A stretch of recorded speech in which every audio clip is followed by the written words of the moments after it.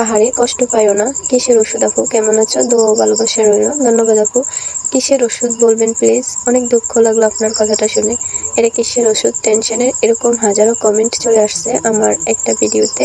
আমি একটা ওষুধের ছবি পোস্ট করছিলাম, ওখান থেকে অনেক আপুরা ভাইয়ারা জানতে চাইছিলা এটা কিসের ওষুধ। তো অবশ্যই আমি আমার এই ভিডিওতে তোমাদেরকে বলে দেবো এটা কিসের ওষুধ ছিল আর এটা কেনই বা আমি খেলাম। এই ওষুধটা মূলত একটা টেনশনের ওষুধ বললেও চলে। এটা হলো আপনার মস্তিষ্ক ঠান্ডা রাখে।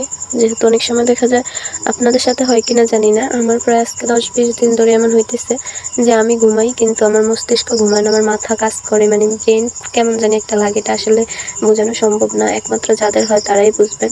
আমি যতই চেষ্টা করি সারা রাত আমার ঘুম আসে না। আমার এই সমস্যাটা আগে থেকেই ছিল। আগে হলেও রাত 1টা-2টার পর ঘুমিয়ে যেতাম, কিন্তু এখন দেখা যাইতেছে সারা রাত চলে যায়, সারা দিন চলে যায়, তাও আমার এক ফোঁটা ঘুমও চোখে আসে না।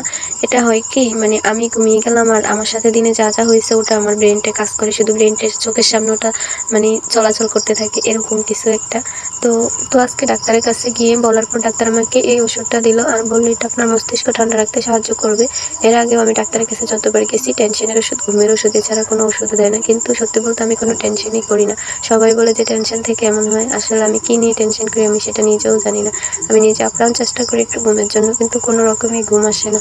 ঘুম না আসার এই ব্যাপারটা আসলে যারা ঘুমাতে চেষ্টা করেন কিন্তু ঘুম হয় না সারা রাত দিন, শুধু তারাই বুঝবেন। আর বাকিরা আসলে কিভাবে নেবেন সেটা আমার জানা নেই। শুধু যাদের এই সমস্যা হয়েছে তারাই হয়তো এই যন্ত্রণাটা বুঝতে পারবেন।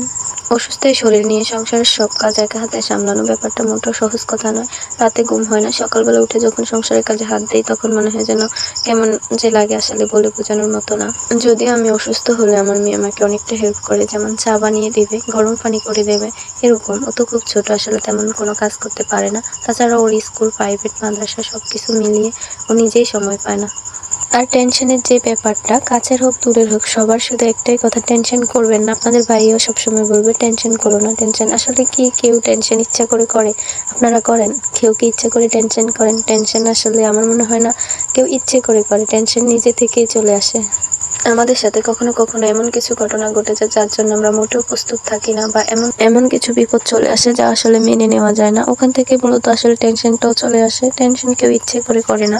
কিছু কমেন্টের উত্তর দিতে গিয়ে আপনাদের সাথে আসলে অনেক কিছুই শেয়ার করে ফেলছি। আমি জানি না ব্যাপারটা কে কোনভাবে নেবেন। আর সবাই অবশ্যই আমার জন্য দোয়া করবেন, আল্লাহ যেন আমাকে সুস্থতা দান করে। আল্লাহ সবাইকে ভালো রাখুক, সাথে সাথে আমাকেও ভালো রাখুক। তো যত অসুস্থ থাকি না কেন, বাচ্চার দিকে তো খেয়াল রাখতে হবে, তাই না? তো এই তো দুপুরবেলা ঠিক মতো খাওয়া দাওয়া করেনি, তো ভাবলাম বিকালে ওর জন্য একটু সেমাই রান্না করে দিই। সেমাইটা অনেক বেশি পছন্দ করে, হয়তো দিলে পেট ভরে খাবে। তো তার জন্য অল্প পরিমাণে আমি এখানে একটু সেমাই রান্না করে নিচ্ছিলাম। দেখতে দেখতে কিন্তু আমি ভিডিওর একেবারে শেষের দিকে চলে আসছি। তো যারা এতক্ষণ পর্যন্ত ধৈর্য সহকারে আমার পুরো ভিডিওটা দেখছেন সবাইকে অনেক অনেক ধন্যবাদ। অবশ্যই সবাই পাশে থাকবেন, এভাবে সাপোর্ট করবেন।